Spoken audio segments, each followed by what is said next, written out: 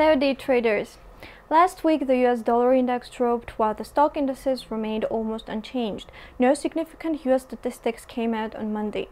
There was a slight decrease of prices in the stock market. Investors do not rush to buy stock before the fourth quarter of 2016 corporate earnings season in the US. The Dow Jones Index failed to surpass the psychological level of 20,000 points, and some market participants decided to book profits. The US dollar index slightly fell as the euro strengthened. This occurred due to the positive German statistics.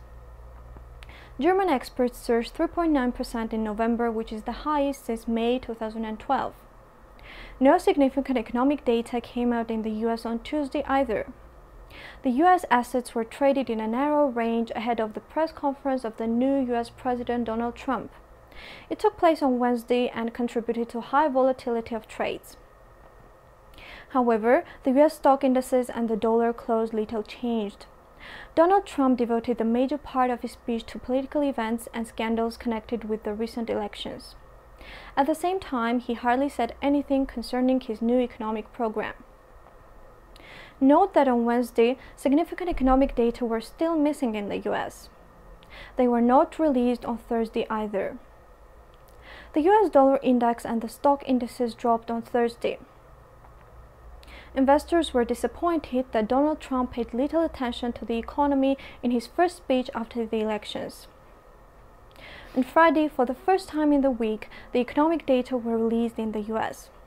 The retail sales for December grew less than expected. The University of Michigan Consumer Confidence Index for January dropped. This contributed to the weakening of the US dollar. Stock indices slightly rose due to strong earnings report of Bank of America, JP Morgan, and Wells Fargo for the fourth quarter of 2016. According to the consensus forecast, the total quarterly earnings of S&P 500 companies may increase by 6.2%.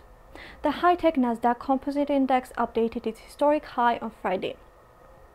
This week, significant US statistics will start to be published since Wednesday, when the data for inflation and industrial production for December are to come out.